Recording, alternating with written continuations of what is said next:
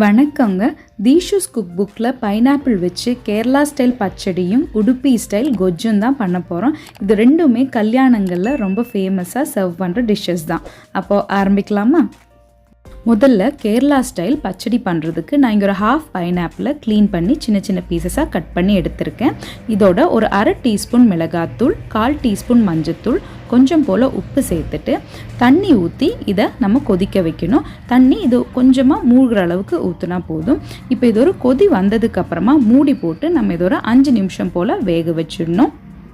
இப்போ இந்த பைனாப்பிள் வேகிறதுக்குள்ளே இந்த பச்சடிக்கு தேவையான தேங்காவை அரைச்சிக்கலாம். அதுக்கு நான் இங்கே ஒரு அரை கப் துருவன தேங்காய் எடுத்திருக்கேன். கூடவே 2 பச்சை மிளகாய் காரத்துக்கு ஏற்ற மாதிரி நீங்கள் சேர்த்துக்கலாம்.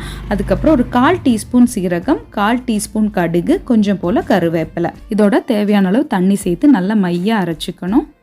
இப்போது 5 நிமிஷம் ஆயிடுச்சு. இந்த பைனாப்பிள் நல்லா வெந்து இதில் இருக்க தண்ணியெல்லாம் வற்றி வந்துடுச்சு.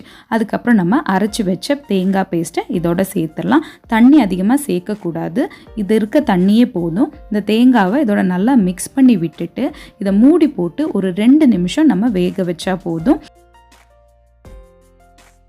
இப்போ 2 நிமிஷம் ஆயிடுச்சு. இதில் சேர்த்து தேங்காயெல்லாம் நல்லா வெந்து இதில் இருக்க தண்ணியெல்லாம் நல்லா வற்றிடுச்சு. இப்போ இதில் நம்ம தயிர் சேர்க்கணும். நான் இங்கே ஒரு அரை கப் தயிர் எடுத்திருக்கேன். ரொம்ப புளிப்பாக இல்லாமல் ஒரு அளவு புளி இருக்க தயிரை எடுத்துக்கிட்டால் கரெக்டாக இருக்கும். இந்த தயிரை ஒரு ஸ்பூன் வச்சு நல்லா மிக்ஸ் பண்ணிவிட்டு அதுக்கப்புறமா இந்த பைனாப்பிளோட சேர்த்துக்கணும். சேர்த்துட்டு இதை நல்லா ஒரு டைம் கலந்து விட்டுறணும். கலந்து விட்டதுக்கப்புறமா இது கொதிக்க வைக்கக்கூடாது, லைட்டாக மிக்ஸ் பண்ணி விட்டுட்டு இப்போ உப்பு பார்த்துட்டு தேவை இருந்தால் எக்ஸ்ட்ரா சேர்த்துக்கோங்க. கூடவே இதில் வெல்லம் இல்லைன்னா சர்க்கரை சேர்த்துக்கலாம். என்னதான் பைனாப்பிள் ஸ்வீட்டாக இருந்தாலும் இந்த மாதிரி வேக வைக்கும்போது கொஞ்சம் புளிப்பு தன்மை வரும். அதனால ஒரு அரை ஸ்பூன்லேருந்து 1 ஸ்பூன் வரைக்கும் உங்கள் டேஸ்ட்டுக்கு ஏற்ற மாதிரி சர்க்கரை இல்லைன்னா வெல்லத்தூள் சேர்த்துட்டு நல்லா ஒரு டைம் மிக்ஸ் பண்ணிவிட்டு கேஸ் ஆஃப் பண்ணிடலாம். இப்போ இதுக்கு ஒரு தாளிப்பு போட்டுடணும். அதுக்கு நான் இங்கே கடாயில் ஒரு 2 டேபிள் ஸ்பூன் தேங்காய் சேர்த்துருக்கேன். தேங்காய் தான் இதுக்கு டிப்பிக்கல் டேஸ்ட் கொடுக்கும். அப்படி இல்லைன்னா நீங்கள் நார்மலாக யூஸ் பண்ணுற ஆயிலே தாளிச்சிக்கோங்க. இதோட கடுகு, கொஞ்சமாக வெந்தயம், அதுக்கப்புறம் 2 காஞ்ச மிளகாய் கிள்ளி போட்டிருக்கேன். கூடவே கொஞ்சம் போல் கருவேப்பிலை சேர்த்துட்டு இதை இப்போ நம்மளோட பச்சடியோட மிக்ஸ் பண்ணிடணும்.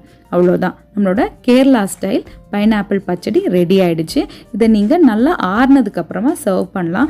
அடுத்த நாளைக்குன்னா நீங்கள் நைட்டே செஞ்சு வச்சு நெக்ஸ்ட் டே எடுத்திங்கன்னா கூட டேஸ்ட்டு ரொம்பவே நல்லாயிருக்கும்.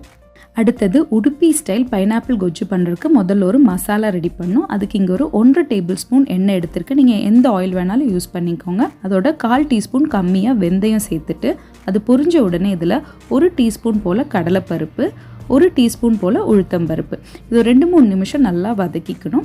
அதுக்கப்புறமா இதில் 1 டீஸ்பூன் போல் வெள்ளை எள்ளு சேர்த்துருக்கேன். வெள்ளை எள்ளு கண்டிப்பாக சேர்த்துக்கோங்க, அதுதான் இந்த கிரேவிக்கு ஒரு கரெக்டான டேஸ்ட் கொடுக்கும். இதையும் ஒரு 2 நிமிஷம் வதக்கினதுக்கப்புறமா இதில் காஞ்ச மிளகாய் சேர்த்துக்கணும். நான் இங்கே ஒரு 3 காஷ்மீரி சில்லி தான் எடுத்திருக்கேன். இது கலரும் கொடுக்கும், காரமும் அளவாக இருக்கும். சாதா மிளகான்னு உங்கள் காரத்துக்கு ஏற்ற மாதிரி சேர்த்துக்கோங்க.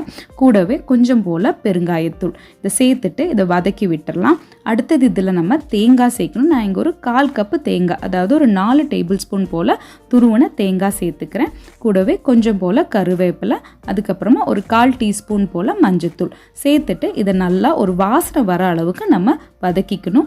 தேங்காய் ரொம்ப ப்ரௌன் ஆகக்கூடாது, நல்ல ஒரு மணம் வர அளவுக்கு இருந்தால் போதும். இது இப்போ ரெடி ஆகிடுச்சு. நல்லா ஆறுனதுக்கப்புறமா நம்ம இதை மிக்ஸி ஜாரில் சேர்த்துட்டு தண்ணி சேர்த்து நல்லா மையாக அரைச்சி எடுத்துக்கணும். அடுத்தது இது கொஞ்சம் புளி கரைசல் வேணும். அதுக்கு ஒரு நெல்லிக்காய் அளவு புளியை இந்த மாதிரி தண்ணியில் ஊற வச்சுருக்கேன். இப்போ இந்த கிரேவியை ரெடி பண்ணிடலாம். அதுக்கு கடாயில் எண்ணெய் சூடு பண்ணிவிட்டு அதில் கொஞ்சமாக கடுகு பொரிய விட்டுருக்கேன். கடுகு பொரிஞ்ச உடனே இதில் ஒரு 2 காஞ்ச மிளகாய், கொஞ்சம் போல் கருவேப்பிலை. அடுத்தது இதில் கட் பண்ணி வச்ச பைனாப்பிள் சேர்க்குறேன். இங்கே ஒரு கப் பைனாப்பிள் கொஞ்சம் பெரிய பீசஸாக கட் பண்ணியிருக்கேன். அதையும் சேர்த்துட்டு கொஞ்சம் போல் பெருங்காயத்தூளும் தேவையான அளவு உப்பும் சேர்த்து இதை நல்லா 2-3 நிமிஷம் அப்படியே எண்ணெயிலே வதக்கணும். அப்போ இதோட ஃப்ளேவர் ரொம்ப நல்லாயிருக்கும். அடுத்தது இதில் கொஞ்சம் போல் மஞ்சத்தூளும் ஒரு 1 டீஸ்பூன் போல் வெல்லத்தூளும் சேர்த்துருக்கேன். புளி சேர்க்கறனால வெல்லம் கொஞ்சம் அதிகமாக சேர்த்துக்கிட்டா டேஸ்ட்டு கொஞ்சம் பேலன்ஸ்டாக இருக்கும். இப்போ இதையும் சேர்த்து நல்லா மிக்ஸ் பண்ணி விட்டுட்டு நம்ம வச்சுருக்க புளி கரைசலை இதோட சேர்த்துக்கணும். புளிக்கரைசல் சேர்த்ததுக்கு அப்புறமா இதை மூடி போட்டு ஒரு 3-4 நிமிஷம் வரைக்கும் மீடியம் ஃப்ளேமில் வச்சு நல்லா வேக வச்சுக்கணும்.